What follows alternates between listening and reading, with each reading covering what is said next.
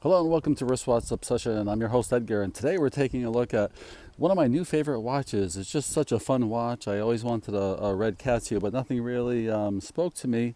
A lot of them were glossy red and larger. This is a matte finish red, which just looks really, unless you see it in person, the photos I've seen doesn't do it justice. But look at that dial. You don't normally see a all red dial like that, red everything. G-Shocks you sometimes do, but this is basically a red out version, just like they have a blackout version of this. There's also a black version with white indices and white hands, I believe, or it's mostly the lume. There's also a new version that came out that's camo on the bezel. So there's a couple different versions, but I didn't have a red watch, so I really wanted this one. I'm so glad I did. It's much better than I was imagining. Before we get into that, I just want to show you something. Those hands, look at those hands. They're two different metallic, I don't know if it's PVD or IP, but those are two different colors of gorgeous red on those hands, even on the day of the week sub hand there. Obviously, this is an analog digital watch. One of the thinnest they make now. They said I read that of the combi versions of their watches, which I think they mean the combination versions, meaning the analog and digital together. This is the thinnest one they make. It's even thinner than the squares. Speaking of squares, let me give you a wristwatch check. Today I am wearing the full metal square. So yeah, squares are my favorite, and this is my favorite of all the squares. It's just amazing. I think I'm going to do this one next. Yeah, this is the 5000 series full metal that they make now. They also make it in gold. But yeah, this is one of my new favorite watches. So look for that review coming soon. Before I forget, please like and subscribe, hit that bell notification, and when the new reviews come up, you'll be notified of that. And I don't make too many that it'll be bothersome. All right, so let's get into the features of this watch. And then we'll get back into looking at that dial and the rest of the watch. All right, so this is a very light 1.7 ounces or about 51 grams, really on the lighter scale of watches.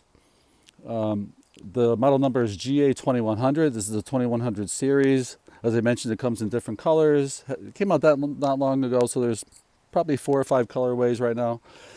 This one is the -4A for the red version. As you can tell, it has an octagonal shaped case. Very reminiscent of the AP's Royal Oak. And the Royal Oak was inspired, the design for the original Royal Oak was inspired by a deep diving helmet with I'm guessing it had an octagonal faceplate on that helmet. So, and also the ports on a ship kind of reminiscent sometimes with the octagon shape.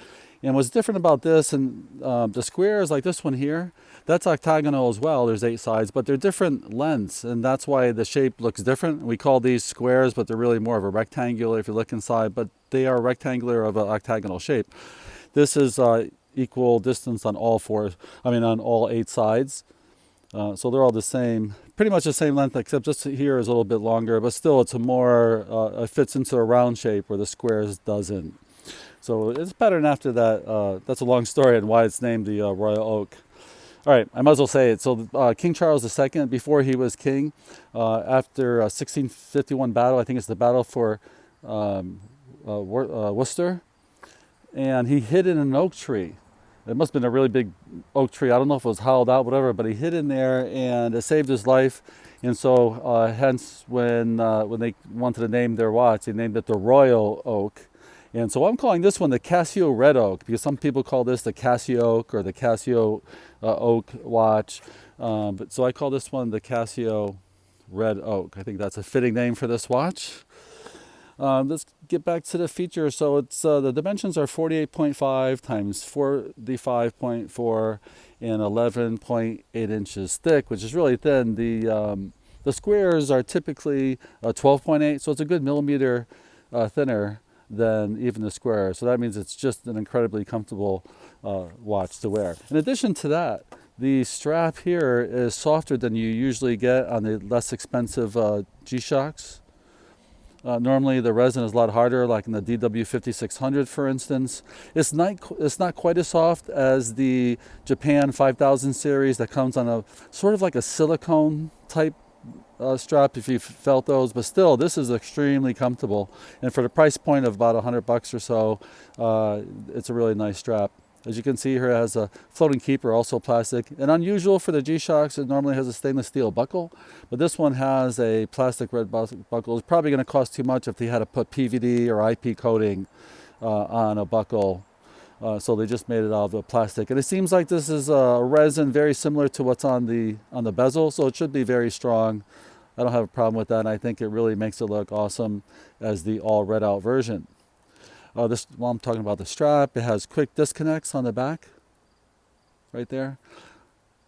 Little ridges here for sweat and that sort of thing, but that means it has a quick disconnect. You can throw other straps when they get different colors. If you have another watch of the same series, a different color like black, you can swap the straps and go back and forth on it and do a mismatch on your watch. All right, let's see what else we got here on the specs of the watch. We have the resin and carbon case and bezel. Actually, the bezel and everything is resin on the outside, but this one has what's their new series called carbon core guard, and you can see that right here between the stainless steel stamped back. This is a stamped back, not milled or screwed down like you would see on the more expensive versions of the watch. But that black around here on the edges here is the carbon core. So they can make thinner and stronger watches for the size using that carbon fiber composite that they have in there, which is sort of a carbon fiber and resin mix. Makes it extremely strong and light. So that's why it's called carbon core guard. Japan movement, and this one is cased in, does it say where it's cased in here? Cased in Thailand. So this one's cased in Thailand with a Japan movement. Typical 4 screws. And it's a little bit lift up here with the plastic guards, as it were, of the strap. And I think that keeps the wrist a tiny bit off from touching these screws, so there's no hair pulling on this. I've been wearing this every day, and there's no hair pulling effect, which is another good thing. So we have Neo-Bright Lume on the hour and minute hands. There's not much on there. If you get one of the other versions, there's going to be a lot more lume, but they kept it to a minimum to keep that red, all red effect here. It doesn't last all through the night because it's a very thin layer and it's not that big, but really excellent for seeing those hands, because in a lot of situations those hands are going to disappear in the background just like they wanted to. As you can see, the back of those hands are a slightly different color that matches like the background better, so not to be obtrusive on the effect there. Let's see, as far as the actual features themselves, we have double LEDs. Let me see if we can see that right here. Oops. If I hit the right button, that'd be good. There we go. So, it's got a gorgeous LCD. See that red? And it has a gorgeous backlight, really bright. And those LCD is actually, for being small and reverse, it's actually very easy to see. Sometimes it looks black like that, and then sometimes it looks silver like that. There's the silver on the LCD, and there's that black effect. And then when you hit the light, by the way, these buttons are easy to push. If you're wondering how easy it is to push, I don't have to use my fingernails. These are on the large versions, very similar to the large buttons that you're going to see on the new series right there. You can see they're the same size buttons that is on the new squares, the expensive squares. So very easy to push the buttons. You don't need your fingernail. You could just use your finger here. And every time you push it, there's a beep. And that beep you could turn on or off. So if that's bothers you. Usually I shut beeps off, but not on my Casio watches. It's nice to be able to get through the functions and know that you're hitting the button fine. But yeah, you don't need your fingernail on these. You could just push the button like that.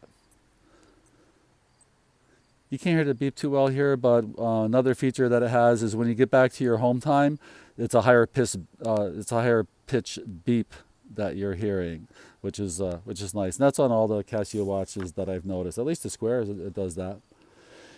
So we got that double LCD. It's really bright. It appears red, but it's actually a white light going through the red polymer here, so it gives it the effect that it's a red light, and then it goes across the whole red face of the watch. And then in a darker situation, it lights up the entire dial and the hands.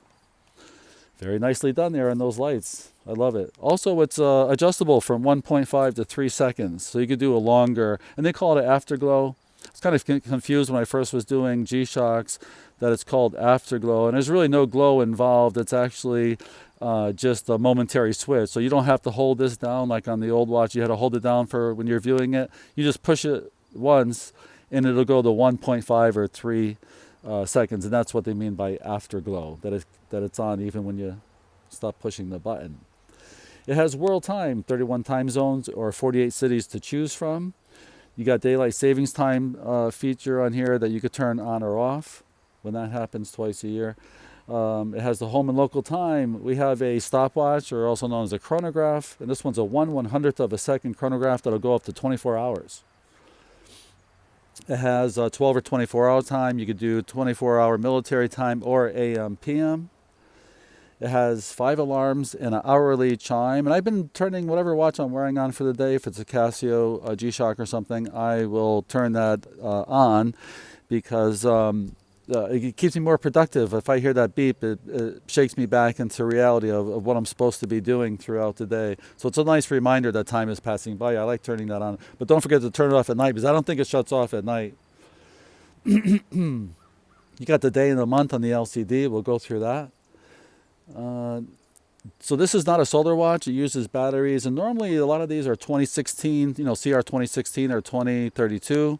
But I think because it's so thin, they just couldn't fit that because it's a rather large battery. So what they did was they put 2 smaller thick button type batteries that fit in recesses, and I think that's how they're keeping it thin. And those are SR 726W alkaline batteries, and it lasts around 3 years, but the manual does state that when if you want to get 3 years out of it, you're only using the alarm once a day, and you're only using the light once a day for 1.5 seconds. So if you're hitting it a lot at 3 seconds and you're using it every day, you're going to get a lot less than the 3 years. But I wear a lot of different watches, so I love watching that light. So I might hit that 10 times if I'm wearing it in a day, but then I won't wear the watch for like a week or something. So it all evens out. So it should last me pretty good. On this sub-dial right here, we have the day of the week. That's all that dial does. And it starts at Sunday and it goes through Saturday to the bottom. But we'll go through that as well when we look closer. And see if there's anything else I forgot to mention this. Let me see if let me show you the label. So here's the numbers and everything. GA-2100-4A. They got the price on there. And then sometimes right here you'll see CR, and I think that's the market that it's supposed to be going to, because the one that's JL or something like that is for the Japan market. But I think they're most of them are made in possibly Thailand. Excuse me. All right, so let's take a look at the watch. We'll go through the screen here. So let's look at the LCD first.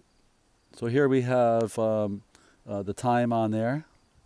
And if you hit the button here, the adjust button once, then that'll tell you what time zone you're in. Right here we have it to New York City. If you hit this button down here and it switches between the month and day, September 12th, or if you like looking at the time, it matches the hands. And by the way, this home time will match the hands. And if the hands are off like mine was, it actually has a hand adjustment feature. And the advanced manual, or the regular manual maybe, I think it's the advanced manual. You got to go online and it tells you how to adjust the hands. Excuse me. No, which I did. Now it's perfect. So the 631 with 38 seconds matches up. You just see it move. Every 20 seconds it moves a third of the time. You just saw it move right there. All right, so getting back to the button. So that's the first. Here, let's get it back to where I keep it usually, the date, because I have the time on the hands. Here's the world time, BER, and then it'll say Berlin. So it usually gives you a 3-letter code, and then it gives you the full city. We can see that it's 11:32 p.m. They're ahead of me here in Berlin, Germany. The next one is the chronograph. Here's the button to start it. 1/100th of a second. That'll go for 24 hours. I think after an hour, it goes to 1/10 of a second maybe. I haven't tried it, but I think it does something like that. Next we have the countdown timer. I have it on 7 seconds so you can actually hear the beep. I'll put it to the microphone and we'll start that now. I use countdown timers all the time. All right, here we go.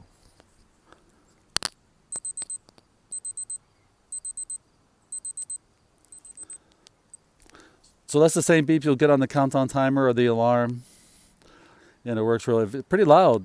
Nice loud alarm, enough to wake me up. Next up we have the alarms. There's a signal. You just hit the adjust button here and that'll just turn the signal on and off, very easy. The same goes with the alarms. So here we have the alarm 1, alarm 2, and it'll tell you, it keeps saying 12 because all of these are set for 12 default from the factory. I haven't used the alarm yet. Alarm 4 and alarm 5. A lot of people say, why would you have 5 alarms? Well, if you do the same thing every day, like lunchtime or whatever, you could put however many you want in there and just leave them on. It'll come on the same time every day. So very useful. And then the next one's back to the home setting. All right, so let's take a look at the subdial. So right here, you can see that it has that beautiful two-tone metallic hand. I'll try to move it around so you can see that. There we go. Let's see the 2 different metallic tones. And those, they must be stainless steel and then coated IP or something, or PVD. There you can see at the top we have Sunday. Let's see if I can, there we go. Sunday, Monday, Tuesday, Wednesday, Thursday, Friday, and Saturday at the bottom, which is today. It's a beautiful dial, just beautiful mixture of red tones in there. We got plastic indices, little scribes in the plastic, no markings. Well, they're markings, but they're actually molded into the plastic, it looks like, for the minute indices there on the chapter ring. We got slightly larger indices at 3 and 6 than the other ones. 9 a little bit shorter because of the subdial, and the 12 is a double one, just like the AP's Royal Oak. It has the same indices, very similar, same double one at 12, similar hands, and of course the similar octagon shape there. Very understated, not too much writing on there. We have Casio G-Shock at the top, and at the bottom right here, right below the LCD screen, we have indicators for when different things are on. So did I leave the signal? Let's take a look at that signal. I'm going to turn that on so you can see. All right, let's turn the signal on. And then as you can see, the indicator popped up at the bottom. So you got 3 little bar indicators. And then we have the other one if an alarm is on or if mute is on, like on the beep. So that'll tell you there, those things. So that's so you look at that and you can tell what's going on, a little bit of a status. And same over here, when you're setting it, we got daylight savings time, a little tiny mark there, and a little mark will come up on the side for that. Let's see if you could read it here. Yeah, stuff is really hard to see, so you're not buying this for visibility. But I was surprised. It was a lot more visible than I thought it was going to be. Let's put it back to here. All right, let's do a wrist shot now before I run out of time, and I'm going to see if you can see the loam. Let's charge up the hands for a few seconds here with a flashlight. And, oh yeah, you can see the loom. So the loom was pretty bright. It lasts a while, but I don't know if it's going to last all night. I think I checked in it, and there was like almost nothing there. But look how gorgeous that green Neo Bright is. Very nice. We can do, let's do the light again.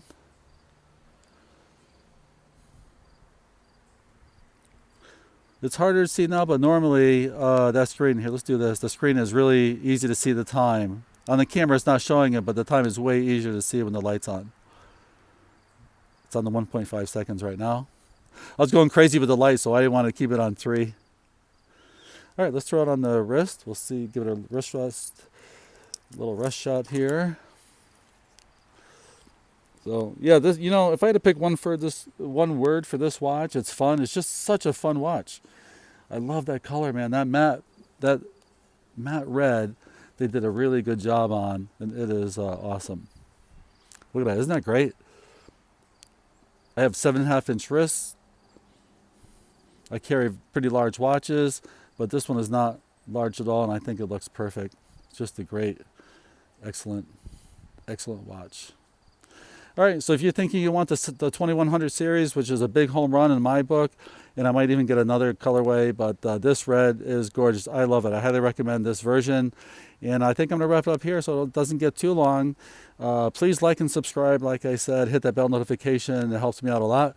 And we'll see you next time here on Wristwatch Obsession. Take care.